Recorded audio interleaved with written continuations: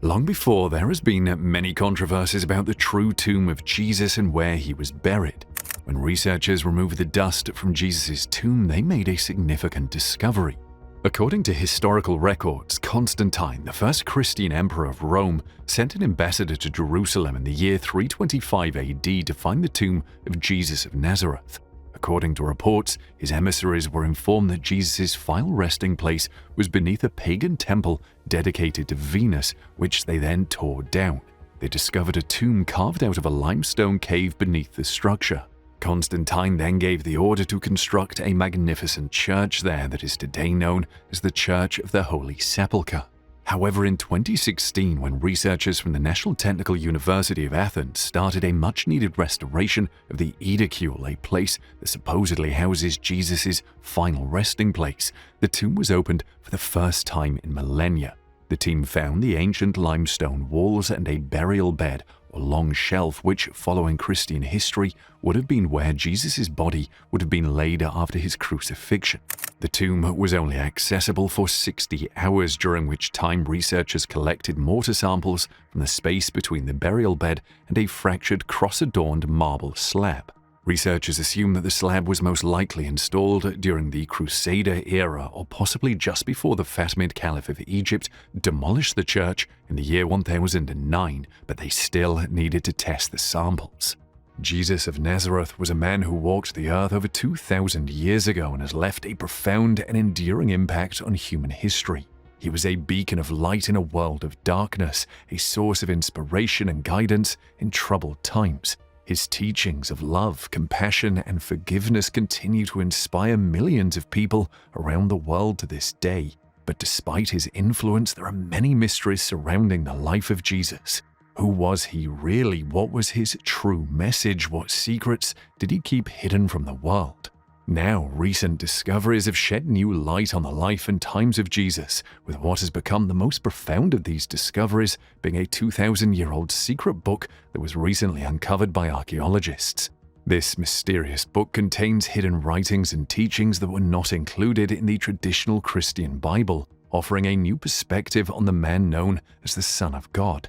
According to some experts, this secret book suggests that Jesus was even more radical than previously believed, advocating for social justice and challenging the established power structures of his time.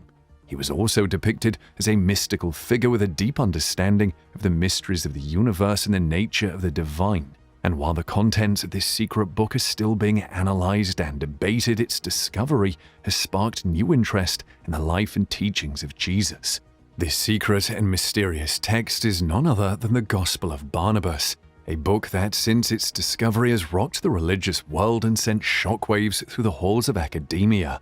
This mysterious text has challenged many long-held beliefs about the life and teachings of Jesus Christ, and its controversial contents have caused a great deal of debate and controversy among scholars and religious authorities alike. And the fact that it was discovered due to the bungled efforts of a group of thieves also adds to its intrigue and allure. This ancient Bible is worth over $25 million and has become one of the most coveted possessions in the world of biblical studies. It is said to contain the true teachings of Jesus Christ, which some believe have been obscured or suppressed by the powers that be over the centuries. The Gospel of Barnabas is believed to have been written in the 16th century, making it a relatively recent addition to the canon of biblical texts. In this newly found Gospel of Barnabas, historians discovered that Jesus was never nailed to the cross, nor was he the Son of God. Instead, the story states that he was merely a prophet.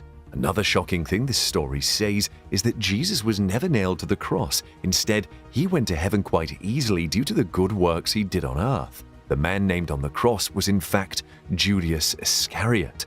But it only just gets even more interesting from here. As you already know, there are two main religions on earth. These religions are the most widely practiced and often provoke strong feelings. As a result, these religions' followers are always at odds with each other. One of the main causes of their disagreements was the rightful prophet sent to earth. Muslims think it's Prophet Muhammad, while Christians think it's Jesus. The followers of both religions failed to accept the possibility of their prophet not being the right one, but new evidence has thrown this into more confusion. News stories from the Bible state that Jesus knew Prophet Muhammad quite well and even foresaw his arrival. As you can expect, this throws the law and order of both religions into question. What would accepting this new truth and reality mean for Christianity? More and more of these Christians are raising their own questions about the authenticity of this piece of information. Some are choosing to reject this new information, while some have decided to accept it. Majority, however, have decided to remain on the fence about it. These followers have started to realize the truth behind their doctored Bibles that are so much in circulation today. This new text shows that the leaders of each doctrine intentionally add and remove information as they please in order to suit their preferences. Other people are beginning to wonder what else these churches and doctrines are hiding from their loyal followers. And judging from the fact that this was hidden from us for more than 1,500 years, there are many new discoveries to be made.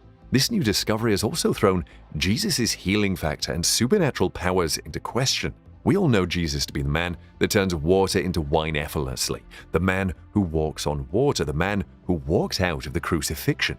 But perhaps the most extraordinary power of this astonishing man is his ability to heal those around him. He was known for being able to heal the diseased by using just his words. Occasionally, though, he placed his saliva on the diseased to perform the same effect. While this story has a lot of backing from the modern-day Bible and Quran, the lack of backing from this newly discovered ancient Bible has raised a few eyebrows. This ancient Bible doesn't mention about these miracles. How this new discovery would affect the Christian religion as we know it remains a mystery. Additionally, more information has been found on the Codex Gigas. For those who don't know, the Codex Gigas is a text written by the devil himself. The devil was reportedly said to have written this book after getting summoned by a monk in black cloth in exchange for his life. The monk was from a well-respected monastery in Bohemia, and they were known for wearing black cloth and engaging in life-endangering acts. Some of these acts include starving themselves, isolating themselves, and self-mutilating their own bodies. This radical group of people with extreme religious views did this to show servitude to their god. This particular monk broke a big rule of the monastery and was to be punished by the authorities. The authoritative monks decided the monk's punishment would be getting walled up alive in the monastery. Essentially, this meant trapping him alive in a mausoleum. In order to escape death, the guilty monk decided to plead with the authorities, begging them to strike a deal with him. He believed he could write a book that included all sorts of things helpful to the monastery, including the Bible, and would help the whole of humanity. Some other useful information he was going to include were the names of several herbs and helpful incantations and spells. He told the monks he would write this book in exchange for his life getting spared. The authoritative monks agreed to this outlandish bargain, and a deal was made. It wasn't until he had started writing that he noticed how humanly impossible this task was. He tried his best, but he was still a long way from finishing the book by the clock of midnight.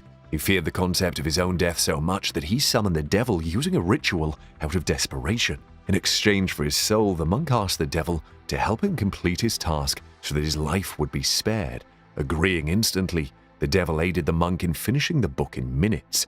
Science likes to authenticate and factually back claims, so naturally dozens of researchers have conducted intense research to discover the story's authenticity. These scientists have confirmed that this book was written by a single author in a very short period. Judging from the volume of the book, you would expect that this book was written for nearly a century and by several authors. However, that's not the case. As we mentioned earlier, this book was written by only one person. What's even more interesting is the fact that this book was written in less than a month at least. As you may have expected, this book also mentioned Jesus a few times, and the new revelation about this book's history has allowed historians to get even more findings about the Son of God. But the Gospel of Barnabas is far from the only ancient text found to contain strange and unnerving truths about Jesus. And while the Gospel of Thomas does not particularly tell the story of the life and death of Jesus, it offers great insight into what are some of his most tightly concealed and secret teachings. The opening lines of the Gospel of Thomas are like a whispered secret that has been passed down through the ages, a tantalizing clue to the hidden wisdom that lies beneath the surface of everyday life. They are like a secret door to a hidden chamber, revealing a tantalizing glimpse of the mysteries that lie within. The mention of Jesus' twin brother, Didymus Judas Thomas, adds a layer of mystery and intrigue to his life story, raising questions about the nature of their relationship and the significance of his role in the early Christian community. But maybe Thomas was not just a twin in name, but a twin in spirit a kindred soul who shared a deep and abiding connection with Jesus that transcended the bounds of ordinary human relationships. Or maybe he was a rival, a challenger to Jesus' authority who sought to undermine his teachings and claim his own place in the history of Christianity. The Gospel of Thomas itself is a labyrinth of enigmatic sayings, each one a puzzle waiting to be solved. Some are like riddles with hidden meanings that must be teased out through careful contemplation and reflection. Others are like koans, paradoxical statements that defy rational explanation and invite us to enter into a deeper state of awareness. If you were ever to read through the Gospel of Thomas, you'd find yourself entering a world of myth and legend, where the boundaries between history and fiction blur and fade. According to this highly contrarian text, Jesus is not just a historical figure but a mythical hero and a divine messenger who came to bring salvation to the world. Although discovered more recently near Nag Hammadi, Egypt in December 1945 among a group of books known as the Nag Hammadi Library, scholars have proposed dates of composition as early as 60 AD and as late as 250 AD for this unorthodox text. The discovery of the Gospel of Thomas, which tells mythical tales about Jesus and his teachings at Nag Hammadi, was like finding a needle in a haystack. It had been hidden away for centuries, waiting for the perfect moment to reveal itself to the world and divulge unknown truths about one of the most followed personalities in the history of mankind. All of the new information about the teachings of Jesus that has now become public knowledge since this ancient text was discovered has renewed debates about Christian beliefs and philosophies among Christian scholars and historians alike. And while about 2/3 of its content is also found in all of the other synoptic Gospels, the Gospel of Thomas likewise details a possible allusion to the death of Jesus as against what's known in his crucifixion. And speaking of new information that has recently made its way into the Christian world, the Gospel of Barnabas has also been found to contain a great deal of such previously unheard details, particularly about the history of early Christians and monuments. For context, the last piece of new information gotten from this new Bible is better coordinates for the lost Ark of the Covenant. If you are a Christian, you should already be familiar with the Ark of the Covenant story. This ark was built under the supervision of Moses, God's right-hand man at the time. It was created after the Israelites left Egypt and were trying to make their way through Mount Sinai. God instructed Moses to direct the Israelites to build the Ark of the Covenant. The Ark of the Covenant contains several sacred biblical artifacts, such as several tablets which contain the Ten Commandments. These tablets, made from pure gold gotten from the Garden of Eden, as a way to symbolize the purity of these commandments. It went missing way back in 587 BC. Since that time, historians across centuries have been trying to get it in their hands, and now this book seems to have given yet another clue as to where this ark is. The ark is rumored to be in a cathedral in Ethiopia. If these rumors are true, it means that historians can find out even more information about his second coming. Another ancient text that's also been discovered to contain hidden truths about Jesus and his teachings is the apocryphal New Testament story now popularly known as the First Apocalypse of James. It's the oldest known copy of a text claiming to be Jesus' teachings to his brother James. Archaeologists and historians have long known about this vast collection of papyrus documents discovered at Oxyrhynchus in an ancient Egyptian trash dump. The discovery of this Greek edition of the First Apocalypse of James is particularly exciting, especially as it sheds new light on early Christian literature and the diversity of beliefs and practices in the ancient world. Although falling under what's considered apocryphal in Christian literature, it includes stories and teachings that were not included in the canonical Bible. Some scholars believe that these texts were suppressed by the early Christian church because they did not conform to the emerging Orthodox doctrine. This text was apparently very popular among early Christian communities, detailing the story of Jesus' secret teachings to his brother James, who is said to have been a leader of the early church in Jerusalem. The text contains a mixture of Gnostic and Christian ideas, and it presents a very different vision of Jesus and his teachings than the canonical Gospels. For example, it portrays Jesus as a spiritual being who appears to James in a vision rather than as a physical person who lived and died in Palestine. It contained many different interpretations of Jesus and his teachings in the first few centuries after his death, clearly proving that the early Christian movement was not monolithic as against popular teachings today. The first Apocalypse of James offers a fascinating insight into the beliefs and teachings of early Gnosticism, which was a prominent religious movement in the first few centuries of Christianity. This text presents a revolutionary perspective on Jesus which is radically different from the traditional view of him as the Son of God and Savior of humanity. According to these Gnostic texts, Jesus was not a divine figure but rather a wise sage who revealed the universe's secrets to those willing to listen. He taught that the material world was a prison created by an evil God who was responsible for the suffering and misery that plagued humanity. This ancient text also reveals how Jesus explains to his brother that the world is guarded by demonic archons who are tasked with keeping human souls trapped in the material realm. These beings stand in the way of the afterlife, and only those who possess the right knowledge and passwords can pass through them. The passwords are not just any ordinary codes, they are the keys to unlocking the mysteries of the universe. They represent the knowledge that Jesus imparted to his followers, which would allow them to break free from the material world and achieve spiritual enlightenment. The first Apocalypse of James likewise contains vivid descriptions of the afterlife as taught by Jesus, which were highly imaginative and symbolic. The text describes a realm of light and beauty where the souls of the enlightened reside in peace and harmony. However, not all souls will be fortunate enough to attain this state of enlightenment. Those who were ignorant and trapped in the material world were destined for a different fate. The text describes a terrifying abyss where the souls of the wicked are consumed by flames and tormented by demons. A similar belief is echoed by the ancient Gospel of Judas, another ancient book retelling the life and times of Jesus. The revelations from this mysterious book are especially intriguing, attacking the very roots of modern-day Christian beliefs. According to this ancient text, Jesus chose Judas to carry out the betrayal because he was the only one among the disciples who understood his true mission. In fact, Judas was initiated into a secret knowledge that Jesus had revealed to him alone, making him the most trusted disciple of all. The document also reveals that the other disciples did not understand the spiritual teachings of Jesus and were focused only on the physical world. In contrast, Judas was the only one who grasped the true meaning of Jesus' message and was therefore able to carry out his task with full understanding and devotion. The Gospel of Judas challenges traditional Christian beliefs in a manner that no other ancient text has. It even went as far as suggesting that the crucifixion of Jesus, as is widely known today, was not a sacrifice to atone for the sins of humanity, but rather a necessary step in his journey toward enlightenment and ultimate union with the divine. This view of Jesus as a spiritual master rather than a sacrificial lamb is in line with some other Gnostic texts of the time.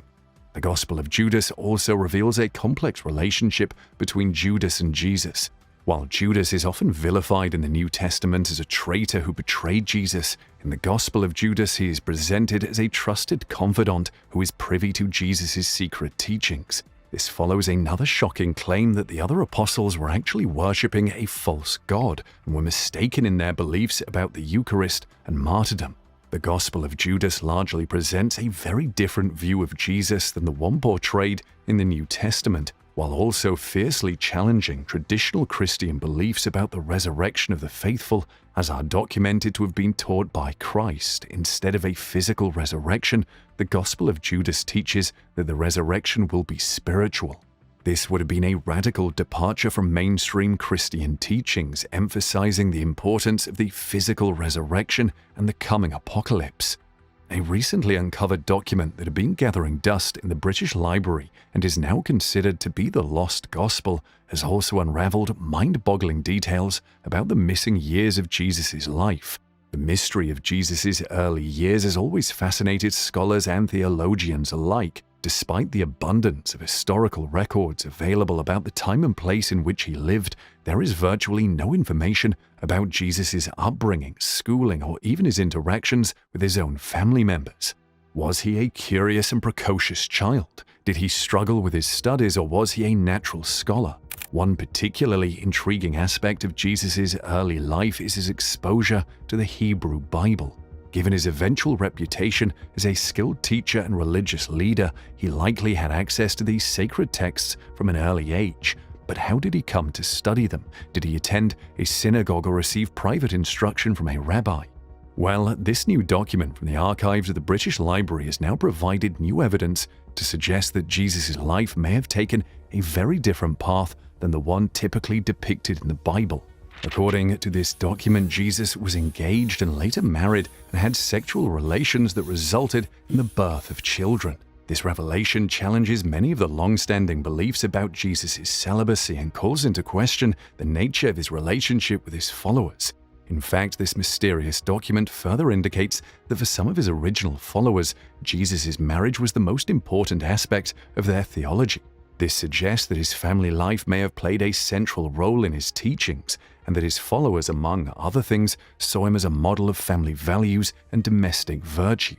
The new findings in question have caused quite a stir among both the religious and scientific communities alike. Some see them as evidence of a divine hand at work in the world, while others view them as a challenge to long-held beliefs about divinity and the nature of reality. For those who believe in a traditional interpretation of religious texts, these findings may be difficult to reconcile. However, for others, they may represent an exciting opportunity to explore new ways of understanding the world around us. In 2015, an unprecedented discovery was made in Tokat, a Turkish city with over 100,000 people, a small city where smugglers traded illegal historic ancient objects to sell them on the black market. Police rescued this Bible from smugglers in an operation that stopped them from disappearing such breakthrough discoveries for investigators worldwide. Right next to the Bible, authorities also find a vast collection of expensive jewelry and over 50 ancient coins. Over $5 billion are lost yearly due to the black market for ancient objects. And this Bible is not an ordinary edition, but one of the first ones ever. It dates back between 101 AD and 200 AD. Investigators still don't know the origin of this Bible or who wrote it. Smugglers severely damaged the cover after centuries of piling dust. They never give the ancient relics a proper environment to care for these unavailable and fragile artifacts, so once rescued, the relics can be devastated without the appropriate care of a museum. Despite being written in a 2,000-year-old language, the Bible still has a recognizable feature by all Christianity, a series of illustrations using gold leaf, a technique that has endured many centuries, and scientists can pick up several remains of historical figures inside it. You can see a perfect image of Jesus' face and several images of Mary, with their descriptions written in the Assyrian language. Assyrian is a dialect of Akkadian, an ancient and extinct Semitic language spoken in Mesopotamia. This old tongue lasted for over 2,500 years, but it has been long forgotten for over 2,000 years. The Bible has only 50 pages in good condition, despite being robbed and smuggled. The images that appear on it are pure artwork. Nobody knows who did it, but it must be a renowned artist at the time, since they are not simple illustrations, but golden works of art. The city of Tokat is infamous for smuggling invaluable pieces of human history. In 2015, authorities found the valuable artwork Orphan Man Standing by Vincent van Gogh in a car's trunk, a crayon lithograph with scraping on tan-woven paper worth over €500,000. Many countries had signed bilateral agreements to fight back a lucrative smugglers' market. Egypt signed an agreement with Italy in 2008 to track smuggled antiquities, and it has been successful, recovering over 195 artifacts and 21,660 coins lost in the black market. Police recovered the ancient Bible thanks to many operations near the center of Tokat. The authorities took 10 people into custody and found out because there were reports that 3 suspects were marketing historical artifacts. That's how evident these criminals were. If the Bible were in the hands of a professional organization, authorities might never recover it. Theologists hopes these 51 historical pages could clarify and expand upon many mysteries of Jesus' life and uncover rare insights into how Christianity has progressed in 1,000 years of history. So far, nothing official has come out of these pages. Theologists remained silent after its discovery, so there is no official statement about the intricate contents of this Bible. Some people think we will never publicly know what these revealing documents say, since it would derive an unprecedented shock to find the truth hidden within these pages. Those pages weren't valuable until researchers discovered that the author made every page out of gold. Maybe that's why only 51 survived. But what if everything Christians have heard about the Bible suddenly changes? Two phrases on the right topics are enough to change a whole church dogma. Our beliefs and influences from Christianity come from Bibles written over 2,000 years ago, intact to any new plot it may appear down the road with discoveries such as thousand-years-old relics. Bibles are the closest humanity has gotten to having living proof of the existence of Jesus Christ. So every new word that talks about him in different versions of this antique text, these new versions are paramount to adding more critical details to one of the most famous histories worldwide. All the different testaments unveiled in the last centuries sometimes do not coincide by having slight differences within the texts. There have been multiple authors writing it, that's why, but sometimes some differences can come as a complete shock. 22 years ago, also in Turkey, authorities found a Bible that challenged everything we know about Jesus, where small differences are an understatement. According to this 2,000-year-old Bible, Jesus was not crucified. Yet this older discovery is not technically a Bible, but the notes of St. Barnabas, one of Paul's associates. Thanks to its historical significance and challenging new information, this book is valued at around $28 million. Even photocopies of each page could cost more than $1.5 million. Barnabas wrote the book in Syriac, an Aramaic language that also was Jesus' native tongue. Experts analyzed the book and concluded that it could be over 1,500 years old. It tells the history that instead of Jesus, Judas was the one crucified, and that Jesus rose to heaven while he was still alive. And the book doesn't present Jesus as the Son of God, but it depicts him as a mere prophet. And the changes keep coming, since it also calls Apostle Paul an imposter. This is really interesting because St. Barnabas was the book's author, so this could mean that the Apostle Paul forced St. Barnabas to write a different history. Despite these amazing discoveries on such a radically different version, St. Barnabas' book, also found in Turkey, wasn't a Bible, it was just a book, while this discovery, illustrated with gold leaf, can be scientifically considered a Bible. And one of the mysteries it revealed in pristine conditions is within those illustrations. There have been thousands of years of questioning about what Jesus looked like, and the official versions worldwide don't go into much detail about it. Despite that, one of the easiest ways to communicate to everybody without saying a word is through an image, which explains why the Western world adopts only one manifestation of Jesus: long hair down to his chest, fair skin, and a beard with deep eyes that, on several interpretations, are crystal blue. In many immense cathedrals and glass windows, art pieces, and interpretation passed down by generations, this version of Jesus is everywhere. Yet people who adopt it never question it, since this is not an accurate version of Jesus. The representation is thought to begin in the Byzantine era. The Byzantines symbolically pictured Jesus, so they portrayed it with an aura, calm features, and a giant robe. They painted their own representations of what Jesus would look like after his resurrection, but unfortunately, they didn't add any realism to it. An interpretation that was reminiscent of robes much like Hellenic pagan gods and voluptuous sculptures to describe that godlike status. Long hair and big beards symbolize divinity, as seen in many interpretations of the Greek god Zeus throughout history, and the artist in the Byzantine Empire actually tried to make Jesus look like a young version of Zeus. Early Christians attempted to add realism to the interpretations by depicting Jesus as an ordinary man without a beard and short hair. Wild theories speculate that Jesus' image can actually be based on the infamous Pope's son Caesar Borgia, since they explain that Jesus was initially depicted as non-European due to his Jewish origins. However, Borgia didn't like that image, so he instructed that to create a more European-looking Jesus, Pope Alexander VI used his son as their model. And knowing the Long Borgia's infamous trail of corruption, cruelty, and murder, they were entirely capable of that and more. In 2001, an investigator used an authentic skull found in the same area and year Jesus was born to recreate a 3D image of what an ordinary man would look like in that era and civilization, and the final product didn't look like the Western interpretation of Jesus. If everything we know about Jesus is true, then he was a Palestinian Jewish man from Nazareth, a village near Sepphoris, one of the two major cities in Galilee, far from looking like a European.